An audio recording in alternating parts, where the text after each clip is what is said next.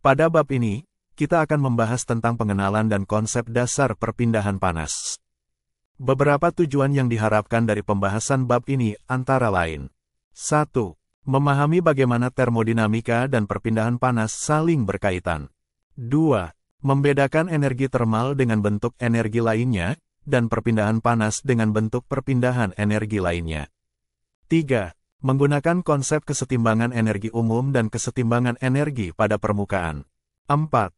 Memahami mekanisme dasar perpindahan panas, yaitu konduksi, konveksi, dan radiasi, serta hukum Fourier tentang konduksi panas, hukum pendinginan Newton tentang konveksi, dan hukum Stefan Boltzmann tentang radiasi. 5. Mengidentifikasi mekanisme perpindahan panas yang terjadi secara simultan dalam praktek. 6. Memahami hubungan biaya yang dikeluarkan dengan kehilangan panas. 7. Menyelesaikan berbagai masalah perpindahan panas yang ditemui dalam praktek. Kita semua tahu bahwa minuman kaleng dingin yang dibiarkan di dalam ruangan akan hilang dinginnya dan minuman kaleng yang diletakkan di dalam kulkas akan menjadi dingin. Hal ini terjadi karena adanya perpindahan energi dari medium yang lebih hangat ke medium yang lebih dingin. Perpindahan energi selalu terjadi dari medium dengan temperatur lebih tinggi ke medium dengan temperatur lebih rendah, dan perpindahan energi berhenti ketika kedua medium mencapai suhu yang sama. Dalam termodinamika, kita ketahui bahwa energi ada dalam berbagai bentuk.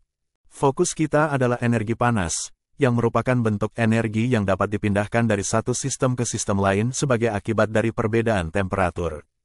Ilmu yang berkaitan dengan penentuan laju perpindahan energi semacam ini disebut perpindahan panas. Pertanyaannya adalah, mengapa kita perlu melakukan studi mendalam tentang perpindahan panas? Kita dapat menentukan jumlah panas yang berpindah untuk sistem apapun yang mengalami proses apapun hanya dengan analisis termodinamika. Alasannya adalah karena termodinamika berkaitan dengan jumlah panas yang berpindah saat suatu sistem mengalami proses dari satu keadaan kesetimbangan ke keadaan lainnya, dan tidak memberikan indikasi tentang berapa lama proses tersebut akan berlangsung. Analisis termodinamika hanya memberitahu kita berapa banyak panas yang harus dipindahkan untuk mewujudkan perubahan keadaan yang ditentukan agar prinsip konservasi energi dapat terpenuhi. Kenyataannya, kita lebih peduli pada laju perpindahan panas atau perpindahan panas per satuan waktu daripada jumlah panasnya.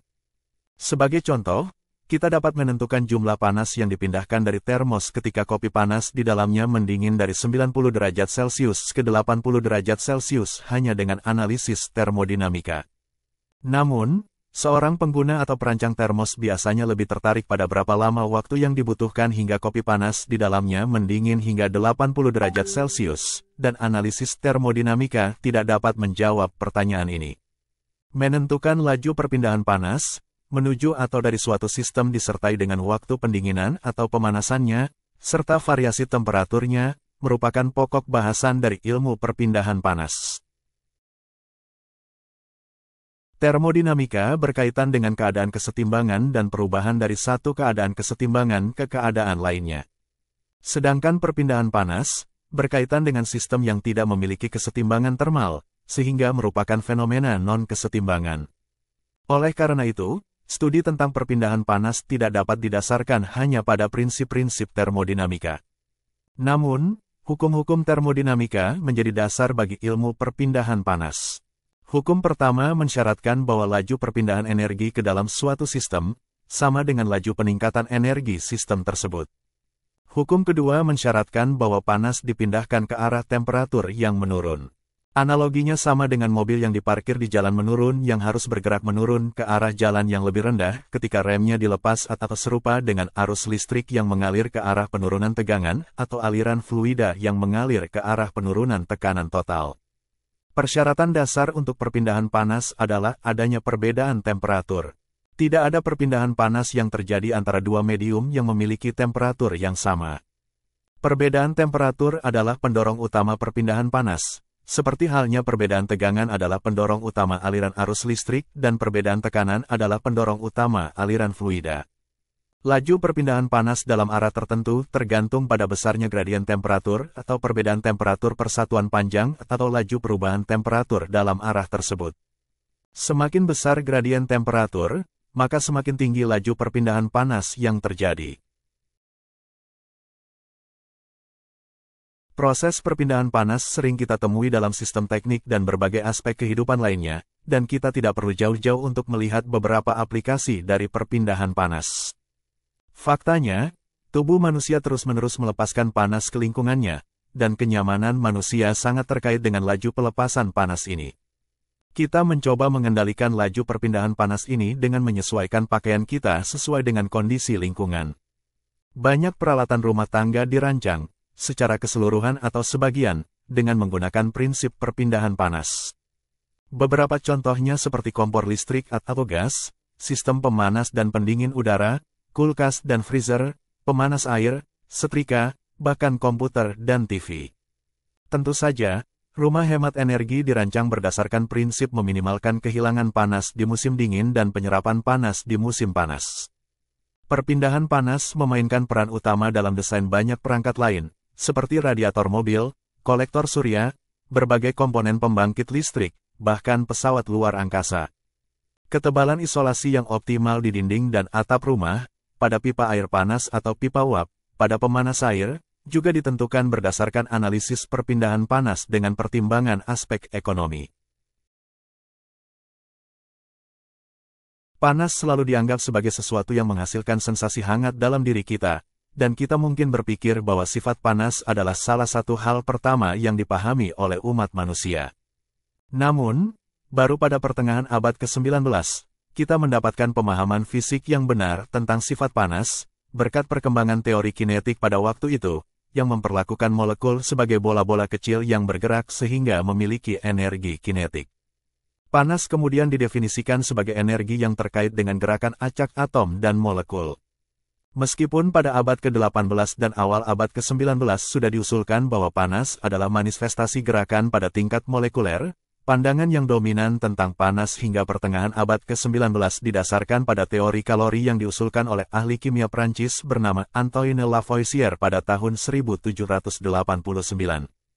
Teori kalori menyatakan bahwa panas adalah zat seperti cairan yang disebut kalori, yang merupakan zat tidak memiliki massa, tidak berwarna, tidak berbau, dan tidak berasa, yang dapat dituangkan dari satu benda ke benda lain. Ketika kalori ditambahkan ke suatu benda, temperaturnya akan meningkat, sebaliknya ketika dikeluarkan dari suatu benda, temperaturnya akan menurun.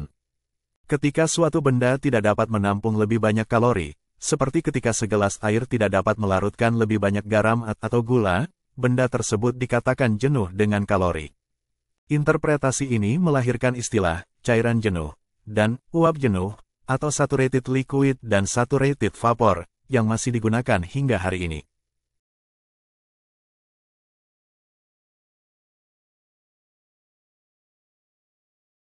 Teori kalori mendapat tentangan setelah diperkenalkan. Teori ini menyatakan bahwa panas adalah zat yang tidak dapat diciptakan atau dimusnahkan. Namun, sudah diketahui bahwa panas dapat dihasilkan tanpa batas dengan menggosokkan kedua tangan atau menggosokkan dua potong kayu.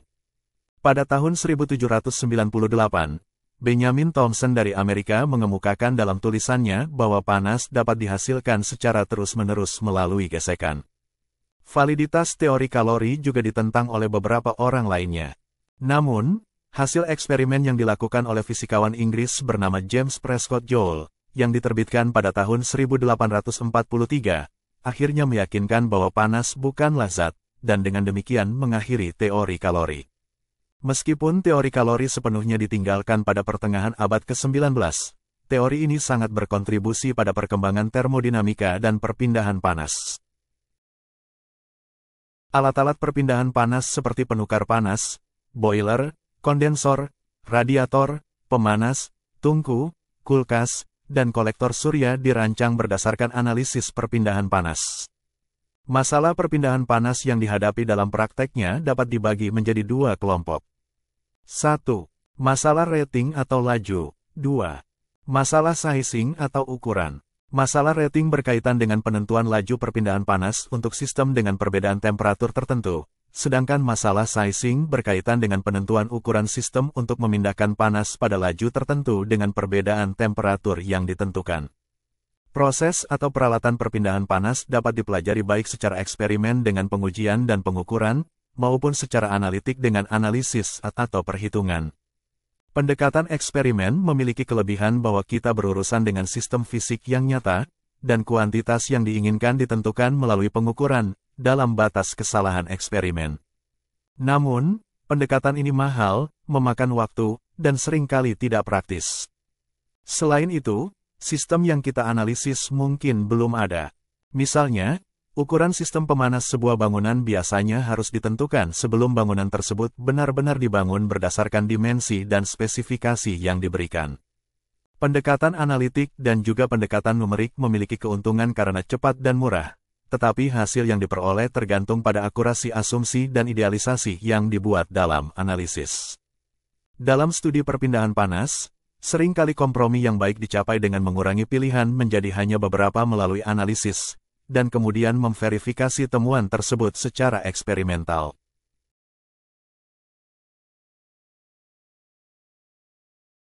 Energi tersedia dalam berbagai bentuk seperti termal atau panas, mekanik, kinetik, potensial, listrik, magnetik, kimia, dan nuklir, dan jumlah keseluruhan dari bentuk-bentuk ini merupakan total energi dari suatu sistem yang dilambangkan E kapital.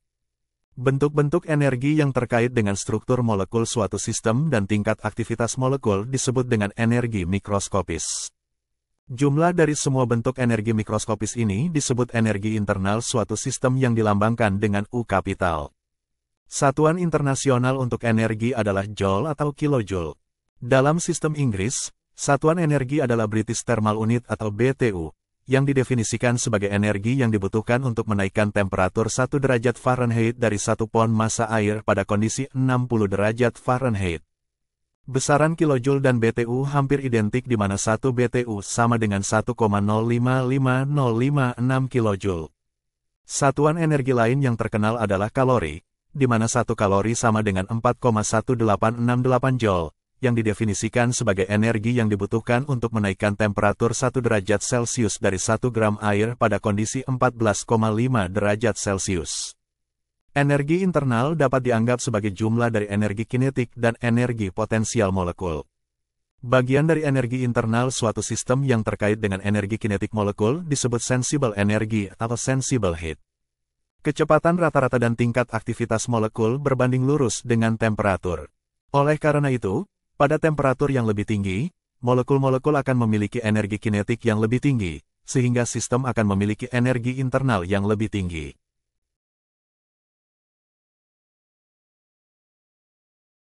Energi internal juga terkait dengan gaya antar molekul di antara molekul suatu sistem. Gaya ini yang mengikat molekul-molekul satu sama lain. Gaya ini paling kuat pada benda padat dan paling lemah pada gas. Jika cukup banyak energi ditambahkan ke molekul padat atau cair, maka akan melawan gaya molekul ini dan molekul melepaskan diri, mengubah sistem menjadi gas. Proses ini merupakan perubahan fasa, dan karena energi tambahan ini, sebuah sistem dalam fasa gas berada pada tingkat energi internal yang lebih tinggi daripada ketika berada dalam fasa padat atau cair. Energi internal yang terkait dengan fasa suatu sistem disebut latent energy atau latent heat. Dalam analisis sistem yang melibatkan aliran fluida, kita sering menemui kombinasi U dan PV. Untuk lebih sederhana, kombinasi ini didefinisikan sebagai entalpi atau H. Artinya, H sama dengan U ditambah PV, di mana PV mewakili energi aliran fluida atau disebut flow, yaitu energi yang dibutuhkan untuk mendorong fluida dan menjaga alirannya. Dalam analisis energi fluida yang mengalir, sangat praktis untuk menganggap energi aliran sebagai bagian dari energi fluida dan untuk merepresentasikan energi mikroskopis dari aliran fluida dengan entalpi.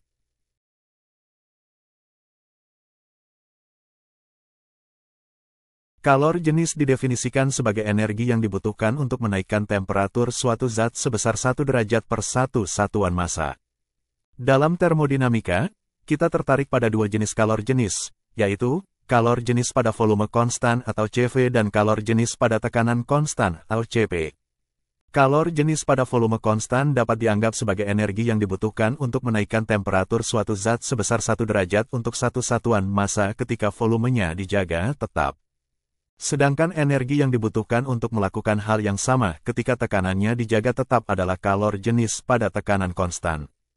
Kalor jenis pada tekanan konstan lebih besar daripada kalor jenis pada volume konstan karena pada tekanan konstan, sistem diizinkan untuk mengembang, dan energi untuk ekspansi ini harus disuplai ke sistem. Untuk gas ideal, kedua kalor jenis ini terkait satu sama lain dengan persamaan Cp sama dengan Cv ditambah R. Kalor jenis suatu zat, secara umum, tergantung pada dua sifat independen, yaitu temperatur dan tekanan. Namun, untuk gas ideal, kalor jenis hanya tergantung pada temperatur. Pada tekanan rendah, semua real gas mendekati perilaku gas ideal, oleh karena itu, kalor jenisnya hanya tergantung pada temperatur. Zat yang volume spesifiknya atau densitasnya tidak berubah dengan temperatur atau tekanan disebut sebagai zat yang tidak dapat dimampatkan atau incompressible substance. Volume spesifik padatan dan cairan pada dasarnya tetap konstan selama suatu proses, sehingga mereka dapat dianggap sebagai zat yang tidak dapat dimampatkan. Kalor jenis pada volume konstan dan kalor jenis pada tekanan konstan adalah identik untuk zat yang tidak dapat dimampatkan. Oleh karena itu, untuk padatan dan cairan, nilai Cv sama dengan Cp atau sama dengan C saja. Energi dapat ditransfer menuju atau dari suatu massa melalui dua mekanisme, yaitu panas dan usaha. Interaksi energi disebut perpindahan panas jika pemicunya adalah perbedaan temperatur. Jika tidak, hal ini disebut usaha. Sebuah piston yang naik, poros yang berputar, dan kawat listrik yang melintasi batas sistem semuanya terkait dengan interaksi usaha. Usaha yang dilakukan per satuan waktu disebut daya yang dilambangkan dengan W. Satuan daya adalah watt atau horsepower. Mesin mobil, turbin uap, dan turbin gas menghasilkan usaha, sedangkan kompresor, pompa, dan mixer mengonsumsi usaha. Energi sistem akan berkurang saat melakukan usaha, dan akan meningkat saat usaha dilakukan padanya. Sesuai dengan praktek saat ini, kita akan merujuk pada energi termal sebagai panas dan transfer energi termal sebagai perpindahan panas. Jumlah panas yang ditransfer selama proses dilambangkan dengan Q kapital, sedangkan jumlah panas yang ditransfer per satuan waktu disebut laju perpindahan panas, yang dilambangkan dengan Q kapital dot. Tanda titik atau dot di atas Q menunjukkan turunan waktu, atau persatuan waktu. Laju perpindahan panas memiliki satuan joule per detik, yang setara dengan watt.